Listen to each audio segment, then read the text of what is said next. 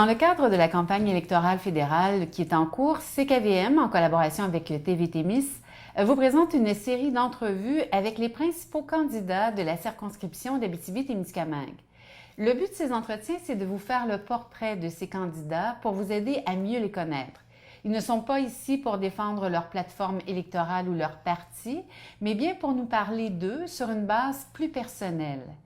Ils auront l'occasion de débattre de leurs idées et de discuter des principaux enjeux et dossiers de la région lors d'un débat, un débat électoral d'une durée de 90 minutes et qui sera présenté sur les ondes de CKVM le 13 octobre prochain à compter de midi et en rediffusion à 18h après l'émission Le 60. Le débat et les entrevues avec les candidats-candidates seront également rediffusés sur les ondes de TV-Témis et de TV-CTK. Nous vous proposons maintenant une rencontre avec le candidat du Bloc québécois, M. Yvon Moreau. Bonjour et bienvenue, M. Moreau. Bonjour, Mme Larivière, enchanté. Même chose, on va débuter par le début. Vous êtes originaire de quel endroit? J'aimerais vous dire que je suis originaire de l'Abitibi-Témiscamingue, mais ce n'est pas le cas. Hein? Je suis Montréalais, je suis originaire du quartier Hochelaga à Montréal, le quartier ouvrier. Et je suis fier de le dire parce que mes parents travaillait dans une usine, une grande buanderie. Les gens se souviendront peut-être, ceux qui sont passés par là, de la buanderie Jolicoeur à Montréal. Mais mon père a travaillé là. Il était gérant de service, gérant de la flotte de camions qui faisait la livraison des vêtements. Ma mère a travaillé là. Elle a été contre-maîtresse, comme on dit. Elle pliait des serviettes, des draps industriels. Et moi, j'ai été ouvrier là aussi parce que quand j'étais étudiant, j'ai travaillé dans ce milieu-là. Alors, ça me permet de comprendre les travailleurs et les travailleuses. Et ça m'a aidé parce que, en grandissant, je suis devenu président de syndicat dans le monde des communications, mais en même temps, qu'on soit journaliste ou travailleur, qu'on travaille au PIC à l'appel, les droits sont les mêmes. Il faut se faire respecter. On va revenir sur votre parcours un petit peu plus tard. J'aimerais que vous vous décriviez. Si je vous disais, décrivez-vous en quelques minutes, vous me diriez quoi? Écoutez, me décrire, c'est dire, il est né à Montréal, mais rapidement, il est venu se placer les pieds en Abitibi-Témiscamingue. Qu'est-ce qui vous a amené ici? C'est simple. Ma mère, elle, avait quitté l'Abitibi-Témiscamingue pour suivre son amoureux à Montréal, hein? Mais elle est originaire de Saint-Vital de Clermont, en Abitibi-Ouest. Alors moi, étant tout petit, je me déplaçais tous les étés de ma jeunesse en Abitibi-Témiscamingue, à Palmarol, à Rouyn, à La Sarre, pour voir les oncles et tantes. Et ça me fait dire aux gens que quand, en 1998, grâce à un de vos collègues, Guy Champoux, qui a donné mon nom à un directeur de la programmation à l'époque, lorsqu'on m'a appelé pour venir travailler en Abitibi-Témiscamingue, pour moi, c'était un naturel que de venir travailler avec des gens qui ont fait partie de ma jeunesse, qui ont fait partie de mon entourage quand j'étais petit garçon, quand j'étais même adolescent. Et pour moi, y revenir, y travailler, c'était un naturel. Et ma mère était très fière de savoir que je m'en venais travailler en Abitibi-Témiscamingue. Et ça a été un choix parce que j'ai aussi travaillé dans d'autres régions du Québec et même de l'Ontario. J'ai travaillé pendant quelques années à Timmins avec les gens de Hearst, de Kapuskasing, un coin qu'on connaît bien ici lorsqu'on est au Témiscamingue. Alors, pour moi, travailler en Abitibi, ça a été un naturel et tellement que jamais, même malgré les invitations de gens de Québec et Montréal, j'ai décidé d'aller là-bas. C'est peut-être glorieux de travailler dans les grands centres pour certains.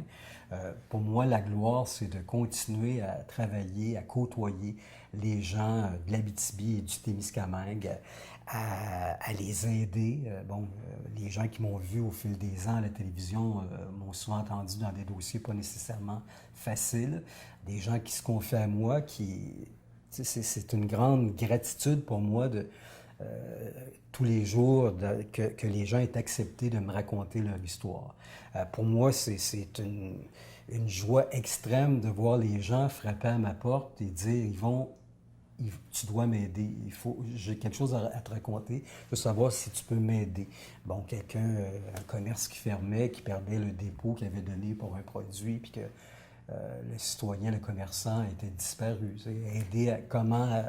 Donc, une longue carrière journalistique oui, dans différentes absolument. régions du Québec. C'est ça. Mais quelle est votre formation? Moi, j'ai beaucoup appris sur le terrain. C'est certain que j'ai fait des études collégiales et j'ai suivi des cours privés pour apprendre. Parce que, bon, ayant travaillé en industrie, je ne suis pas issu d'une famille très riche.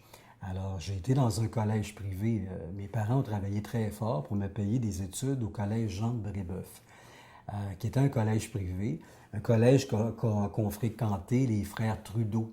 Hein? Il y a Justin qu'on connaît. Sauf qu'on n'était pas dans la même catégorie, comment dire. Moi, j'arrivais à l'école avec mon vieux Pontiac Clement Torouillé, alors que les Trudeau, eux, étaient conduits par les limousines de papa. Vous voyez là, la différence. Sauf que mes parents voulaient que j'ai de bonnes études, une bonne base, et j'ai appris les arts et la communication dans un collège privé. Par la suite, bien, parce que j'ai toujours été, comment dire, pressé afin de gagner ma croûte, je savais que, bon, si je voulais commencer à faire de la radio comme animateur, je devais avoir une entrée. Et je me suis inscrit à un cours privé où il y avait un stage en entreprise. Puis à partir du moment où j'ai commencé le cours privé en entreprise, on m'a immédiatement, alors que le cours n'était pas terminé, on a dit « Ah ben le gars, il a une bonne voix. » Moi, ma voix m'a ouvert bien des portes. Et le cours n'était pas terminé que déjà, on m'amenait en stage à Sainte-Agathe-des-Monts. Et à partir de ce temps-là, depuis 1984, je n'ai quasiment pas cessé de travailler dans le monde des communications. Et qu'est-ce qui vous a amené à la politique? Ce qui m'amène à la politique, et je suis très franc, c'est que le métier de journaliste a évolué. OK, bon, on n'est pas là pour en débattre dans le bon ou dans le mauvais sens. Le métier a évolué. Et je crois que dorénavant, la meilleure façon pour moi d'aider les citoyens et les citoyennes, c'est de le faire au niveau politique. Et il y a un an, quand j'ai pris cette décision-là, bon, c'était parce que l'option qu'il y a dans mon cœur, celle de l'indépendance du Québec, celle du bien-être des Québécoises et des Québécois, ça, c'est pas une option politique, là. C'est une détermination. Excusez pour le microphone. Je m'apercevais avec le nouveau gouvernement en place, le gouvernement de M. Couillard, après une défaite du Bloc québécois, que je devais faire quelque chose. Bon, le journalisme, c'est une vocation pour moi. OK? La politique, c'en est une aussi, que j'entreprends. Le but étant de mieux vous connaître, je vais vous poser des questions qui peuvent ressembler à des questions qu'on pose en entrevue d'embauche. Bien, j'espère que j'aurai l'emploi. Alors, quelles sont vos principales qualités? Bien, écoutez, je suis un homme déterminé. Je suis un homme de caractère. Les gens ont pu s'en apercevoir lorsque moi aussi, j'ai réalisé des entrevues. Je ne lâche pas mon bout, comme on dit. Et je veux, évidemment, gagner. Je suis un gagnant, je suis un leader. Alors, quand je fais quelque chose, je veux la réussite. Je ressemble un peu, pas mal, aux Québécois et aux Québécoises. Je suis une personne qui sait ce qu'elle veut et fait tout pour y arriver. Alors, c'est ce que font actuellement les Québécois. On a d'énormes défis à relever. Au moment où on se parle, là, on a eu des manifestations devant les hôpitaux. Il y a les professeurs qui se font brasser comme c'est pas possible. Et ces gens-là sont déterminés à défendre leur enseignement, à défendre les soins qu'ils font aux malades. Et moi, ben, c'est un peu comme leur allié que je veux m'en aller en politique. Là, vous nous avez parlé de vos qualités, parlé de détermination et tout. En même temps, ça peut être des défauts. Vos défauts, si je vous parle de vos défauts, vos principaux défauts? J'ai, pour les gens qui ont travaillé avec moi, tout un caractère. Parce que, bon, on a les qualités de ses défauts et vice-versa. Lorsqu'on est déterminé à atteindre quelque chose, des fois, on peut hausser la voix pour le faire. Et je l'ai fait par le passé. Et, bon, dans la vie de tous les jours, Hausser la voix, c'est pour être mieux entendu. Alors, si c'est pour être mieux entendu, ben, on avance. Qu'est-ce qui fait que vous feriez un bon politicien?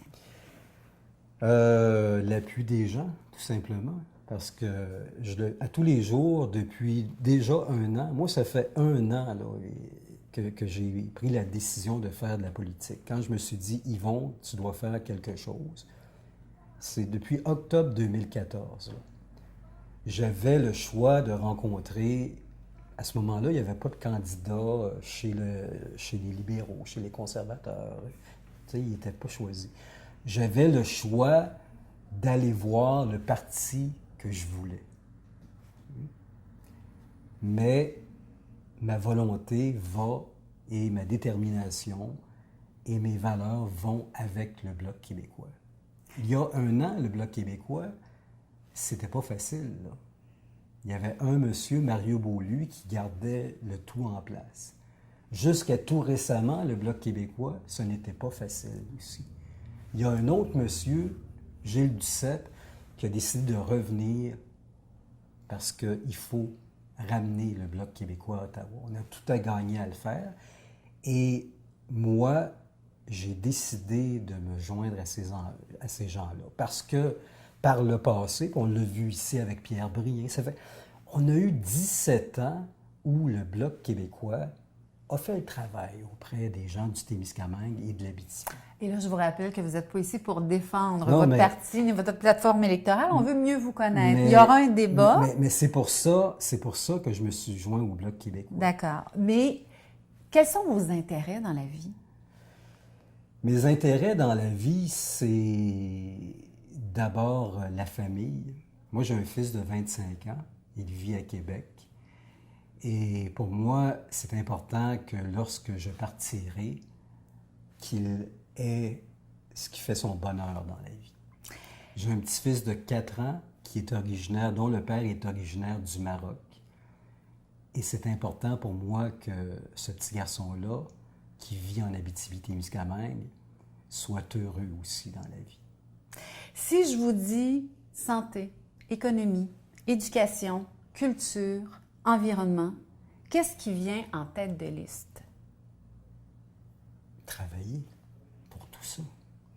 Il n'y a pas une priorité dans ce que je... Écoutez, si je vous dis que c'est la santé, les gens de la culture vont m'en vouloir. Là. Il faut travailler. Moi, là, j'ai toujours été au service du citoyen. Okay? Et quelles sont les erreurs à ne pas commettre en politique? Promettre une chose qu'on ne sait jamais qu'on sera capable de le faire. Moi, je ne fais pas de promesses. J'écoute les gens me demandent quelque chose et je vais les accompagner dans le but d'arriver à satisfaire leurs besoins. Il nous reste à peu près 60 secondes. Oui. Pourquoi on devrait voter pour vous? Parce que je suis le candidat qui a déjà travaillé pour vous en tant que journaliste. Je connais les dossiers de la région, je les ai déjà traités, je les ai écoutés, ces gens qui m'ont parlé de ces dossiers-là.